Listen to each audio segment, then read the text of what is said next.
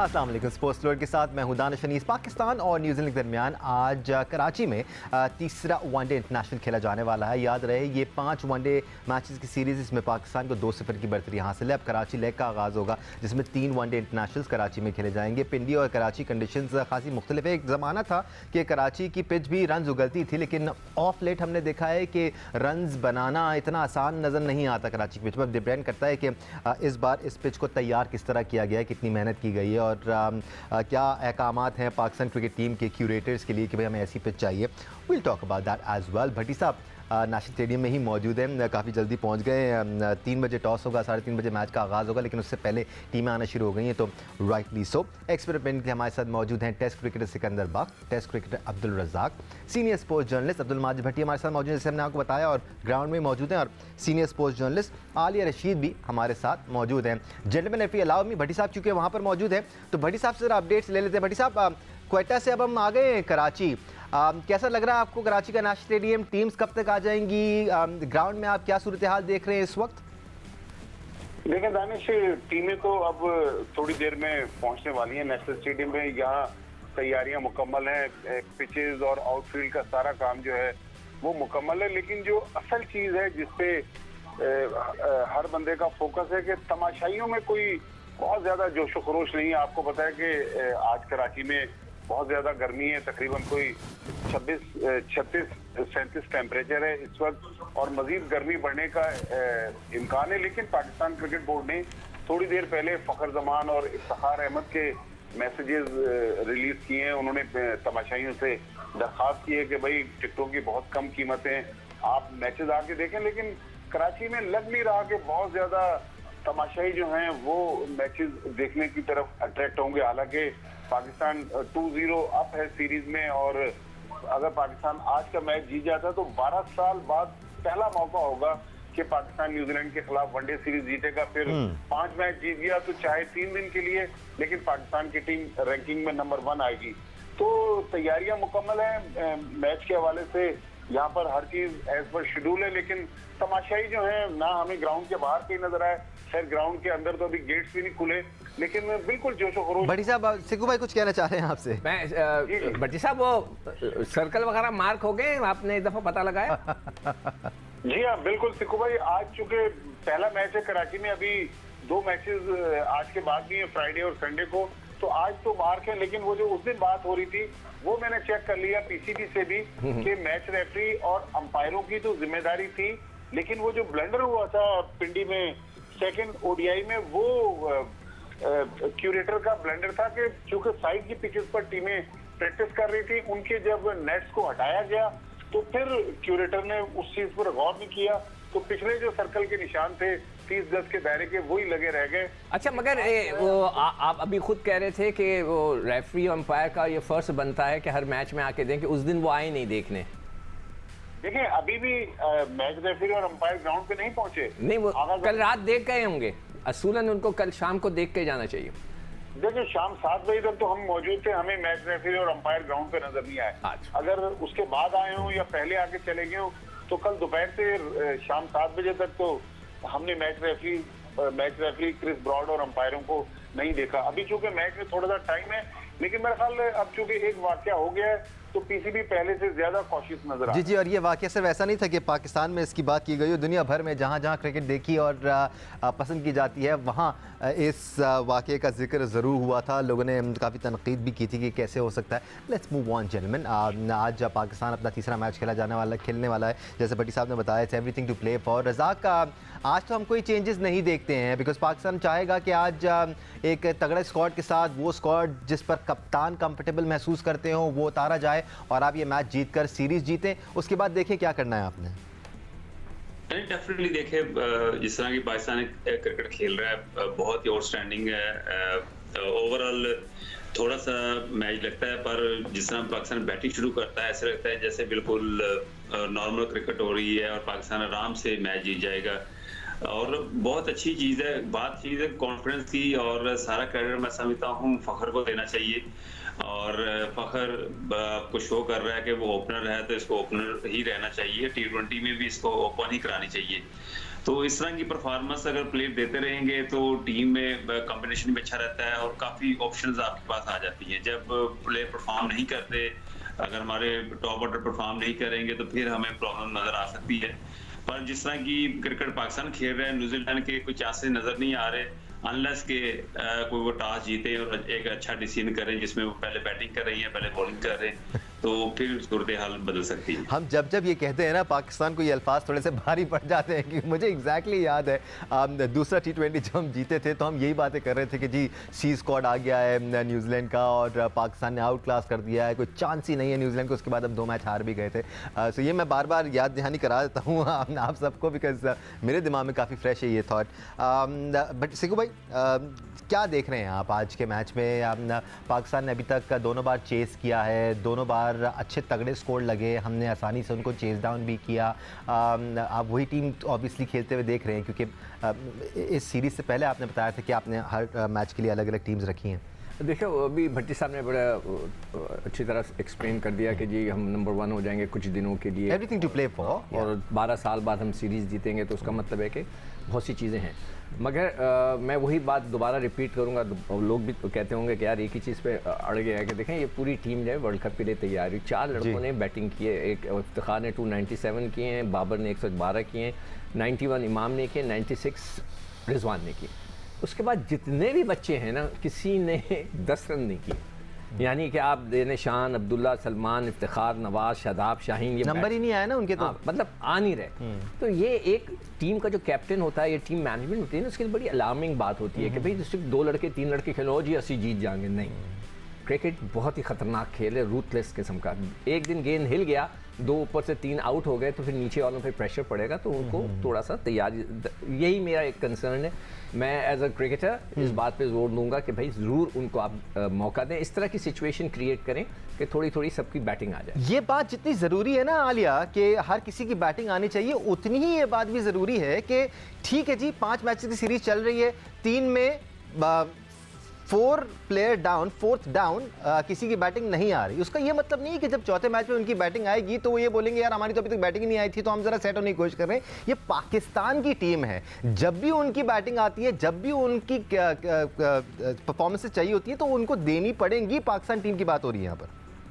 जी बिल्कुल, और देखिए प्रोफेशनलिज्म का तकाजा ही ये है, भले आपको चांस मिले ना मिले, आपकी तैयारी 100% सही बात है। ये एक्सक्यूजेस थोड़ी होते हैं कि हमें चांस नहीं मिला या हमें, भाई आपको 2 ओवर भी मिले तब भी आप अपना हुनर दिखा सकते हैं, ऐसी बात नहीं है। ख्वाहिश ये है दानिश कि ये वक्त है कि हम इस सीरीज के जरिए ना एक ऐसी टीम तो फाइनल कर लें कि जिसका हर प्लेयर कम से कम 100% फिट और जस्टिफाइड हो, और उसका बैकअप भी उस क्वालिटी का हो। बिल्कुल सही मेरा बात। सारा जोर इस बात पे है कि आपका बैकअप भी उस क्वालिटी का हो, ताकि आपके पास कोई सिफारिशी या कोई आप समझते हैं जरा सा भी कोई हल्का प्लेयर है तो उसको बगैर किसी तरद्दुद के खुदा का वास्ता उसको ड्रॉप कर दीजिए। अगर आपको नजर आ रहा है कि ये वर्ल्ड कप खेलने की अहलियत नहीं रखता, इसकी फिटनेस नहीं है, इसकी मैच फिटनेस नहीं है, इसकी बॉलिंग फिटनेस नहीं है, तो हमें हर सूरत में ये स्ट्रॉन्ग डिसीजन लेने चाहिए। हमें कप्तान को फ्री हैंड देना चाहिए। हमें हमारे डिसीजन जो हैं ये प्योरली प्रोफेशनलिज्म पे बेस करने चाहिए। जो हमें नजर आता है कि कभी कभी चीजें ऊपर नीचे हो जाती हैं, लेकिन ये इफ्तिखार अहमद आज खेलेंगे और मेरा ख्याल है नंबर की बहुत ज्यादा बात हो रही है। देखिए रिजवान का इतना जबरदस्त 64 का एवरेज है चौथे नंबर पर खेलते हुए, तो उसको खामखा मत डिस्टर्ब करें। उसके बजाय जो इफ्तिखार है ना, इफ्तिखार स्पिनर्स को मुश्किल से खेलते हैं, ये नीचे 6 नंबर पे जो उन्होंने परफॉर्मेंस दी है वो कमाल दी है अभी तक, उनको 6ठे नंबर पर फिनिशर के तौर पे रखना चाहिए और उनको ये रिस्पॉन्सिबिलिटी भी लेना चाहिए। समटाइम्स उनका शॉट सिलेक्शन जो है वो हो जाता है प्रेशर में आके, हर प्लेयर का हो जाता है, लेकिन जितना उनको कॉन्फिडेंस मिला है सोशल मीडिया से, दोस्तों से, मदाहों से, अब उनके अंदर वो एतमाद आ जाना चाहिए कि वो अब चाचा जी को एक्सेप्ट कर लिया गया है, इसलिए वो बड़ी इज्जत के आलिया ये भी जो डिबेट है ना कि बैटिंग ऑर्डर क्या होना चाहिए और चेंज होना चाहिए नहीं होना चाहिए, ये शायद अभी के लिए तो ठीक है क्योंकि अभी आपने it's everything to play for, आपने जीतने के लिए खेलना है। लेकिन अगर आज आप जीत जाते हैं फिर चौथे और पांचवें मैच में वो किया जा सकता है जो सिकंदर बक कह रहे हैं। इस पर हम आपसे ज़रूर बात करेंगे कि जब आप सीरीज जीत जाते हैं, जब आप सेफ हैं, महसूस कर रहे हैं अपने आप को, तो उस सिनेरियो में आप फिर एक्सपेरिमेंटेशन कर सकते हैं और करनी भी चाहिए, कीपिंग इन माइंड कि आप वर्ल्ड कप के लिए टीम तैयार कर रहे हैं। हम अब्दुल रज़ाक से बात करेंगे लेकिन जल्दी से एक ब्रेक ले लेते हैं। ब्रेक से वापस आएंगे तो इस डिस्कशन को मजीद आगे बढ़ाएंगे कि चेंजेस कब होनी चाहिए और किस तरह होनी चाहिए, सेंसिबिलिटी का तकाजा क्या है, बात करेंगे तीसरे वनडे इंटरनेशनल के बारे में। हमारा पूरा पैनल हमारे साथ मौजूद, इस पैनल में इजाफा भी हो चुका है। Senior sports journalist programme score के एंकर पर्सन सैयद याया हुसैनी में ज्वाइन कर चुके हैं। इस सेशन का आगाज़ इन्हीं से करते हैं। याया, तीसरा मैच खेलने जा रहे हैं हम आज। हम उसी पॉइंट पर हैं जहां पर हम T20 सीरीज़ में 2 मैचेस के बाद थे। होपफुली इस सीरीज़ में, वनडे सीरीज़ में हम तीसरा मैच जीतकर सीरीज़ अपने नाम करेंगे।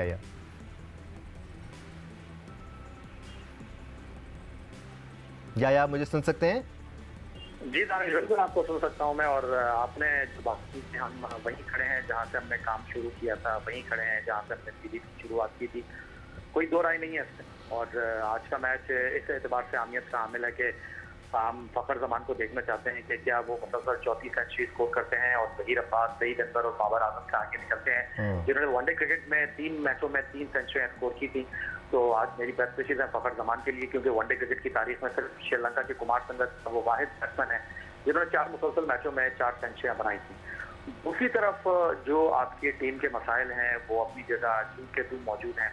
मिडल ऑर्डर में आप सिकंदर बक साहब और हमारे दीगर एक्सपर्ट बार बार ये आवाज़ उठाते रहे हैं कि लोगों को मौका मिलना चाहिए, लेकिन मैं सिकंदर बक साहब की इस बात से इत्तेफाक नहीं करता कि वो कहते हैं कि रिजवान और मामर को 6 नंबर और 5 नंबर पर खेलना चाहिए। भाई खेलने क्यों चाहिए, आराम कर लें आप, रोटेशन पॉलिसी है। आज के मैच में मुझे लगता है कि शाहीन शाह अफरीदी वापस आ रहे हैं। और दूसरी तरफ ये अब अगले 3 मैच जो है वो मोहम्मद नवाज के लिए अहमियत की हामिल हैं, क्योंकि मोहम्मद नवाज 2 मैचों में विकेट लेस रहे हैं। और आज के मैच में शादाब को मैं देख रहा हूँ कि शायद वो खेलते हुए आपको दिखाई दें, क्योंकि इस पिच के ऊपर स्पिनर के लिए मामला काफी अच्छे हैं। वाई नॉट हम शादाब और उसामा दोनों के साथ क्यों मैदान में नहीं उतरते? क्या कंपटीशन हो जाएगा शादाब के लिए? मुनासिब तो यही होगा कि हम दोनों लेगी के साथ मैदान में। ये बड़ा अच्छा आइडिया है सिकंदर, क्योंकि अगर नवाज को विकेटें नहीं मिल रही हैं और वो स्ट्रगल कर रहे हैं जो कि वो करते आ रहे हैं, so why not go with both Usama Mir and Shadab Khan, क्योंकि एशियन कंडीशंस में अगर वर्ल्ड कप भी हो रहा है, भारतीय कंडीशंस में जहाँ पर बॉल बहुत ज़्यादा टर्न होता है, तो this can be a recipe for success. हाँ बिल्कुल हो भी सकता है। मैं उस बात के मैं थोड़ा याया को जवाब दे दूं कि मैंने सुनील गावस्कर को 6 या 7वें नंबर पे आकर खेलते हुए देखा है टेस्ट मैच में। आप उठा के देखें, रिकॉर्ड बुक में आपको मिल जाएगा। इसलिए कि वो मैच ड्रॉ हो रहा था, उन्होंने कहा चलो मैं नीचे आ रहा हूँ, दूसरों को सबको नहीं, वो ये कह रहे हैं 5वें 6ठे खेलने में मसला नहीं है, आप ड्रॉप रेस्ट कर लेना, दूसरे को खिला नहीं ना पूरे लड़के, मतलब फिर लोग कहेंगे जी वो नहीं खेले इसलिए हार गए। खेलने दो, नीचे भी आकर रन्स कर सकता है ना। खैर एनीवे, वो दैट्स माय ओपिनियन।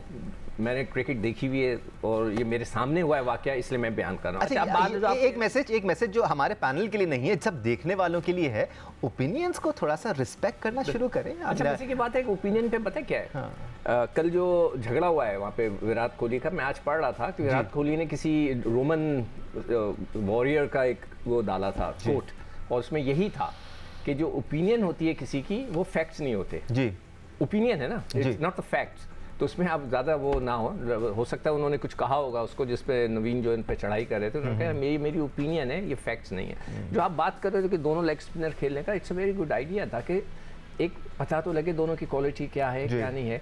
नवाज को रेस्ट दे दे, नवाज अच्छी खासी बॉलिंग कर ली, बैटिंग तो उनकी आई नहीं। मैंने जैसे बताया उन्होंने 2 मैचों में सिर्फ 7 रन किए हुए, उससे ज़्यादा रन नहीं किए हुए, तो that's not a bad idea, बिल्कुल सही है। मगर मुझे ऐसा महसूस होता है कि हम जो हमारी टीम मैनेजमेंट है, कप्तान है, वाइस कप्तान हैं, जो भी हैं, नई एक्सपेरिमेंट्स पे वो बिलीव नहीं करते। देखिए ये एक्सपेरिमेंट्स जब होते हैं जब कोई हल्की टीम आई हुई हो, आपका कोई टारगेट हो सामने जिसको आपने अचीव करने के लिए जाना है, उसकी तैयारी हो रही हो। हाँ, कोई स्ट्रॉन्ग टीम है, कुछ है, वो आपकी पक्की टीम है, कोई ऐसी सीरीज़ है जहाँ आप कर सकते हैं, वहाँ ज़रूर करें।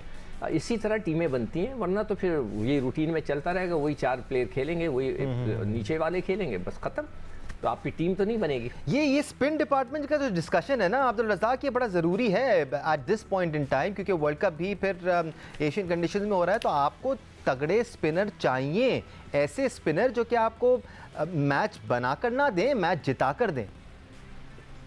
देखिए दानिश, पता जब कोई आईसीसी के टूर्नामेंट्स आते हैं, मैचेस आते हैं या एशिया कप पे आते हैं, वो एक क्यूरेटर जो है ना वो एक ऑफिशियली पिच तैयार करता है जिसमें ब्रेक कम होता है। और कराची की अगर पिच की बात करें, यहाँ पे जो आखिरी मैच हुआ है पीएसएल का, उसमें स्पिनर ने डोमिनेट किया है जी। और डेफिनेटली दोनों लेग स्पिनर को खिलाना चाहिए। उसामा को और शादाब दोनों खेलें, आपके पास बैकअप में इफ्तिखार भी आके अगर जरूरत पड़ती है तो वो भी बड़ी अच्छी बॉलिंग कर लेते हैं।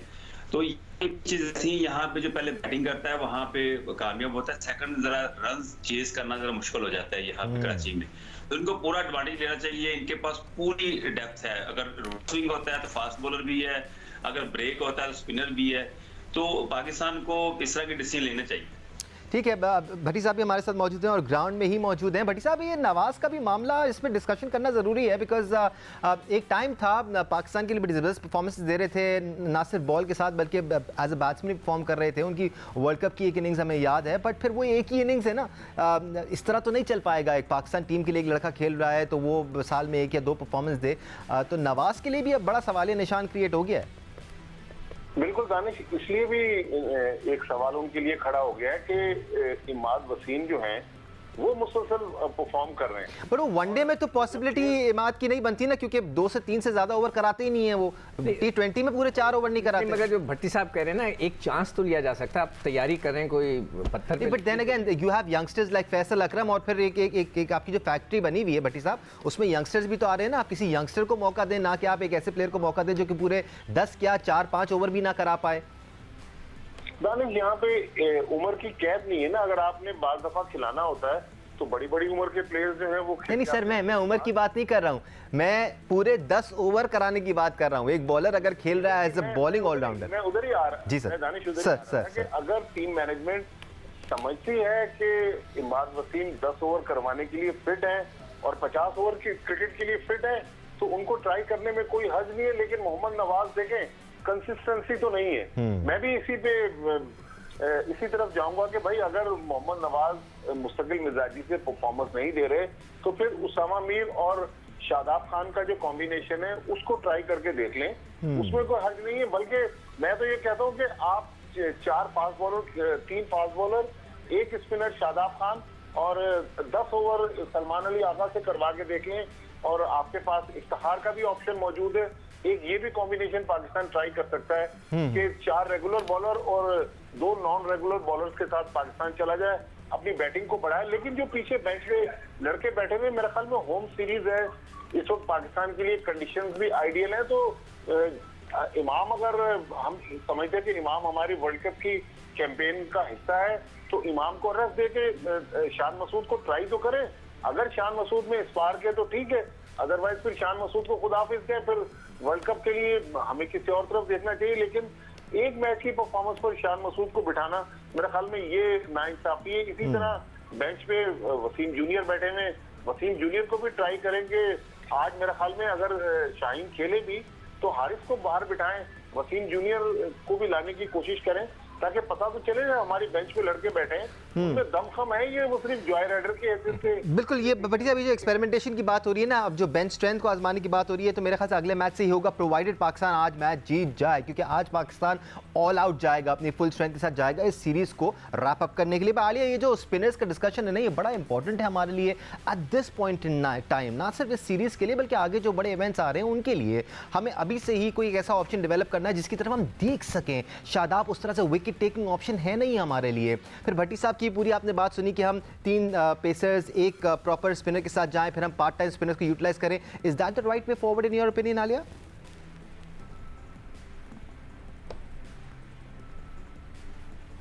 आलिया, आप मुझे सुन सकती हैं? जी बिल्कुल सुन सकती हूँ, आवाज नहीं आ रही। मैंने कहा ये डिपेंड करता है कि स्ट्रिप कैसा है। कराची का जनरली ऐसा होता है ना कि उसमें बैटिंग होती है और 7 स्पिनर्स को हेल्प मिलती है। अभी आप लोग नवाज की बात कर रहे थे, अभी जनवरी में तो उन्होंने बड़ा आउटस्टैंडिंग स्पेल किया था जिसमें 4 विकेट लिए। ब्लू मून ना Alia, once in a blue moon. अब देखिए, ऐसा कि है हर रोज तो कोई भी बहुत अच्छी परफॉर्मेंस नहीं देता, लेकिन आपको ये समझना होगा कि सरमाया कौन कौन प्लेयर्स हैं आपके, जो कि मुश्किल वक्त में आपके काम आ सकते हैं और जो अपना वैल्यू ऐड कर सकते हैं अपनी टीम में। मेरा नहीं ख्याल कि 3 फास्ट बॉलर्स के साथ, हाँ रिवर्स करती है क्योंकि कराची में बॉल तो वहाँ पे मुझे लगता है कि मोहम्मद वसीम की गुंजाइश जो है बनती है। जमान खान को मेरा ख्याल है एक परमानेंट हिस्सा बना ले इन लोगों को चाहिए, क्योंकि आपके डेथ ओवर्स में हमने देखा है कुछ मसाइल जो नजर आए पीछे, उसमें जब उनको हमने ड्रॉप किया तो मेरा ख्याल है वो भी एक मुस्तकिल हिस्सा होना चाहिए। उसके अलावा इफ्तिखार अहमद की जो एबिलिटी है, हिटिंग एबिलिटी के अलावा वो इकोनॉमिकल स्पिनर हैं। बिल्कुल। ये बिल्कुल सच बात है कि वो एक राइट बैलेंस जो है वो टीम को देते हैं। अभी शान मसूद की बात हो रही थी, देखिए कि शान जो है वो स्पिनर्स को अच्छा खेलते हैं और न्यूजीलैंड के जो 2 स्पिनर्स हैं, एक लेफ्ट आर्म है और एक लेग स्पिनर, तो उनको वो इजीली हैंडल कर सकते हैं। इस वजह से मुझे लगता है अब आई डोंट नो शान मेंटली तौर पर कितना अपने आप को एडजस्ट कर चुके हैं कि क्या वो 5वें नंबर पर खेल सकते हैं या 4थे नंबर पर खेल सकते हैं, क्योंकि वो उनकी पिक अच्छी है स्पिनर्स पे। तो ये देखना पड़ेगा कि अब बड़ा मुकाबला भी टफ है और मुश आगा जो है उनकी मौजूदगी और आपके पास 3-4 प्लेयर अब्दुल्ला की मौजूदगी, तो ये सारी चीजें आज आप सही कह रहे हैं, क्योंकि आज आपने जाना है जीतने के लिए, हर सूरत वो गलती नहीं करनी जो 4 रन से हम हारे थे सक्सेसफुल इनिंग्स के बाद। आज मैच जीत के आपको सीरीज जीतनी है, क्योंकि देखिए ये जो बहुत बड़ा दाग लगा हुआ है हमारे कप्तान के ऊपर कि जी वो सीरीज नहीं जीत पा रहे हैं, तो ये सीरीज जीतने की कोशिश पूरी करनी चाहिए। और न्यूजीलैंडर जो है ना वो बड़े मासूम और बीबे से नजर आते हैं, मगर जब वो खेलने पे आएंगे और उनको वो कंडीशंस मिलेंगी तो आप यकीन करें वो हमें टफ टाइम दे सकते हैं। बिल्कुल प्रोफेशनल्स हैं जी और प्रोफेशनली इस गेम को खेलते हैं।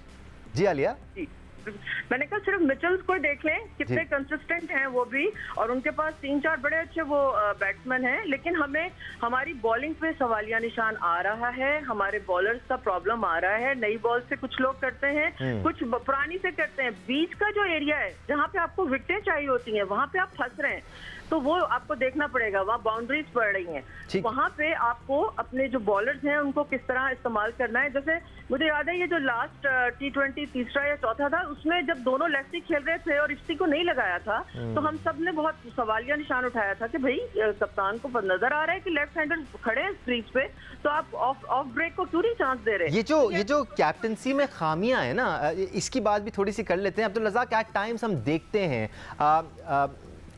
एक चीज़ होती है सही प्लेइंग 11 खिलाना, सही बैलेंस बॉलिंग कॉम्बिनेशन खिलाना, और एक चीज़ होती है जो अवेलेबल रिसोर्सेज हैं उनको सही वक्त पे इस्तेमाल करना। ये दोनों ही चीज़ें अहमियत की हामिल है अब्दुल रज़ाक, क्योंकि अगर आपके पास ऑप्शन है, अगर आप उसको यूटिलाइज़ नहीं कर रहे हैं, जैसे आलिया कह रही हैं 2 खब्बे लगे हुए हैं, इफ्तिखार को आप यूटिलाइज़ नहीं कर रहे हैं, तो फिर आप कहीं ना कहीं यू मिसिंग द ट्रिक। देखिए दानिश, सबसे पहले तो हमें शुक्र अदा करना चाहिए कि हमारे पास ऑप्शंस बहुत ज्यादा है अल्हम्दुलिल्लाह, और जिस तरह की हमारे पास बेंच स्ट्रेंथ है वो भी बहुत अच्छी है और जो खेल रहे हैं वो भी बहुत अच्छे हैं। देखें ना, नसीम शाह में आपने एक चेंजिंग देखी है आपने कि जब जमान ने अच्छी बॉलिंग करनी शुरू की डेथ बॉलिंग में, तो वो उस पर तो वो आउटस्टैंडिंग उसने भी बॉलिंग शुरू कर दी। तो ये एक जो होता है ना आपस में कंपटीशन, ये प्लेयर्स पे होना चाहिए। ये पाकिस्तान के लिए बड़ा अच्छा होता है, टीम के लिए बड़ा अच्छा होता है। और जहाँ पे देखें ना लो बाउंस पिचेस हैं, यहाँ पे बाउंस नहीं हो रहा, जहाँ पे स्लिपें नहीं लग रही, तो वहां पे क्रिकेट बिल्कुल डिफरेंट नजर आ रही होती है आपको। तो अब यहाँ पे आपके पास इतनी ऑप्शंस है, इतनी ऑप्शन है। आप देखें अब हारिस सुहेल गए हैं तो इफ्तिखार आ गए हैं, वो हालांकि उनको टीम में वनडे की टीम में होना चाहिए था, तो ये भी अल्लाह ताला का एक निज़ाम है कि वो देख लें वो वापस आ गए। तो इस तरह की टीम जब आपके पास होती है तो प्लेंटी ऑप्शन है, बस उनको अच्छा यूटिलाइज करना है, उनको मेंटली फ्रेश रखना है और पाकिस्तान के लिए खेलें और पाकिस्तान को जितवाएं। हमारा तो यही सब हम कहते आ रहे हैं, पाकिस्तान के लिए खेलें और पाकिस्तान को जितवाएं। ये सिकंदर बख्त, अगर जमान खान को भी सही तरह यूटिलाइज़ नहीं किया गया तो बड़ी ज़्यादती होगी। इससे अच्छा डेथ ओवर्स का बॉलर हमने बहुत कम ही देखा है, और ये हम कह रहे हैं, पाकिस्तानी कह रहे हैं, जहाँ पर फास्ट बॉलर्स की बहुतात है। देखो इसीलिए जो है मेरे भाई, मैंने जो बनाया हुआ था ना, सारा डेटा बनाया था, हर एक की टीम बनाई थी, हर एक को 3-3 मैच इसीलिए दिए थे कि हर एक को 3 मैच मिल रहे थे। 4 मैचों में अगर आप सबको 3-3 मैच दे रहे हैं तो it's not a bad selection. और उसके अंदर भाई अगर हारिस रऊफ, बिल्कुल अभी किसी ने पहले भी कहा था, शायद रज़ाक ने कहा था या उन्होंने, कि जी हारिस रऊफ को आज रेस्ट दे दें, वो काफ़ी एक्सपेंसिव हो रहे हैं, थोड़ा सा उनको रेस्ट दे दें, उनकी जगह जमान को वापस लेकर आ जाएं। एहसान को आपने देख लिया, उनके वो चीज़ नज़र नहीं आ रही है अभी उनको, कुछ बहुत कुछ। अच्छा, ये थोड़ा एहसान के लिए भी थोड़ी सी बात कर लें मेरे ख्याल से, क्योंकि आपको नहीं लगता ज्यादती है सिकंदर वक्त के? अभी तक आपने उसको T20 में देखा, आप उसको आप वनडे खिला रहे हैं, 2 मैचेस की बुनियाद पर आप उसको जज कर रहे हैं। वनडे क्रिकेट से डिफरेंट बॉल गेम है, 10 ओवर करने होते हैं, आपको थोड़ा सा सेटल होने का मौका नहीं मिलना चाहिए? एहसान होना उल्लाह को? चाहिए, मगर दूसरे भी तो मौजूद है ना, तो दूसरों को भी तो ट्राई करना पड़ेगा। और उसकी जो मैंने फॉल्ट बताई थी वो यही लग रही है, हमारे जो दूसरे सीनियर खिलाड़ी हैं वो वेरिएशन ऑफ पेस के अंदर बीट कर रहे हैं हर एक को। और उसमें हारिस भी है, उसमें शाहीन भी है और अपना नसीम, इन तीनों ने वेरिएशन ऑफ पेस रखा है, वो नहीं कर पा रहा। अब एहसान को सिखाना है, उमर गुल वहाँ बैठे हैं बॉलिंग, बिल्कुल, वो उसको ज़रा बताएं कि भाई वेरिएशन ऑफ पेस लाएं, उसको नेट के ऊपर बॉलिंग कराते हैं, उसको बोलो कराओ उसमें इस तरह, उसको एक स्पेल दो कि अभी आप 6 ओवर का स्पेल कर रहे हो, 4 ओवर का स्पेल कर रहे हो, हर ओवर के अंदर वहाँ बैठ के कोच करता रहता है, 6 बॉलें हो गई हैं तुम्हारी, 3 बॉलें हो गई हैं, इस तरह। तो वो हो सकता है, उसमें कोई ऐसी बात नहीं, पोटेंशियल बहुत अच्छा है, सिर्फ उसको थोड़ा सा आपने हैंडल अच्छा करना है। या ये जो पेस बैटरी है जिसकी हम बात कर रहे हैं, आपकी नज़र में कौन से बॉलर्स प्लेइंग 11 में आप देखते हैं? क्या आप जमान खान को टीम में देखते हैं, एहसान उल्लाह को देखते हैं? आज जैसे भट्टी साहब कह रहे थे शाहीन शाह अफरीदी शायद आज टीम में वापस आएंगे, आप क्या देख रहे हैं कॉम्बिनेशन पेसर्स का?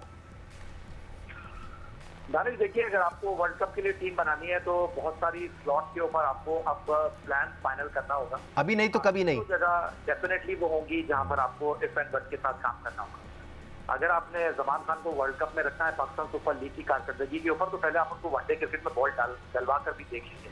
आपने एहसान उल्लाह का हाथ देख लिया, T20 क्रिकेट में आपने उनको खिलाया, उसके बाद जब आप उनको लेकर आए बैटिंग पैराडाइज पिच के ऊपर, ऐसी ही मोरलेस पिचेज होंगी इंडिया में भी, तो आप अगर इस परफॉर्मेंस के ऊपर उनको लेकर जाएंगे तो ये उनके साथ ही ज्यादती है। फिर आप उनको खिला रहे हैं और आप उनके साथ नया बॉल शेयर कर रहे हैं, ये उनके साथ एक और ज्यादती थी कि आपने एक टॉप बॉलर को बाहर बिठाकर उनको खिलाया। अगर आपने उनको खिलाना था तो टॉप बॉलर से पहले बॉलिंग करवाते और फिर उनको फर्स्ट चेंज में लेकर आते। अब आप जमान खान की बात कर रहे हैं, जमान खान को इस तरह अगर आप रखेंगे तो फिर वसीम जूनियर ने क्या कसूर किया है जिनको आप घुमा रहे हैं पाकिस्तान टीम के साथ, और ऐसा ही पाकिस्तान क्रिकेट में होता रहा है। एक और चीज जो डेफिनेटली यहाँ पर मैं मेंशन करना चाहूंगा, वो व्हाइट बॉल टीम के वाइस कैप्टन है शादाब खान। वो अपने कंफर्ट लेवल से बाहर नहीं निकल रहे। जहां वो देखते हैं कि पिच में थोड़ा सा जो है वो बाउंस है, जहां वो देखते हैं कि पिच के अंदर बॉलर की पिटाई हो सकती है, वो बाहर बैठ जाते हैं या वो बॉलिंग ही नहीं करते। ऐसा कौन सा बॉलर है जो पावर प्ले में बॉलिंग करने नहीं आता? ऐसा कौन सा बॉलर है जो आखिरी ओवर में बॉलिंग नहीं करता? वो बीच में ऐसे मौके पर बॉल करते हैं जब बैट्समैन जो है वो स्ट्रगल कर रहे होते हैं या बैट्समैन सेट होने की कोशिश कर रहे होते हैं, वो अपने 10 ओवर डालते हैं और निकल जाते हैं। आप अभी थोड़ी देर पहले बात कर रहे थे विद ड्यू रिस्पेक्ट से आजाद शुमार बड़े इंपॉर्टेंट होते हैं दानिश। आखिरी 10 मैचों में 6 मैचों में अपने ओवर का कोटा पूरा किया है इमाद वसीम ने। जिस मैच में उनको टीम से ड्रॉप किया गया, आखिरी मैच उन्होंने खेला था। या वनडे की बात कर रहे हैं या? जी, वनडे की मैं बात। We'll have to check on that. 10 मैचों में, आखिरी 10 मैचों में उन्होंने 6 मरतबा जो है 10 ओवर पूरे किए हैं। We'll have to check on that. उन्होंने यकूम नवंबर 2020 को खेला था पिंडी में जिम्बाब्वे के खिलाफ। 5 ओवर में उन्होंने 43 रन दिए थे, मैं मानता हूँ, लेकिन उससे पहले कराची में उनसे सरफराज अहमद ने 5 ओवर करवाए और उसी मैच में 9 ओवर में 80 रन दिए थे शादाब खान ने, उनसे आपने 10 ओवर करवा। ठीक है या टाइम खत्म हो गया अनफॉर्चुनेटली, या हम इस बारे में बात करेंगे। अभी take out starts for Imad Wasim as well. ये चेक करना जरूरी है कि कितने ओवर कितने मैचेस में उन्होंने कराए हैं। आपने तमाम एक्सपर्ट का बहुत शुक्रिया, आपका शुक्रिया देखने के लिए। अल्लाह हाफिज़।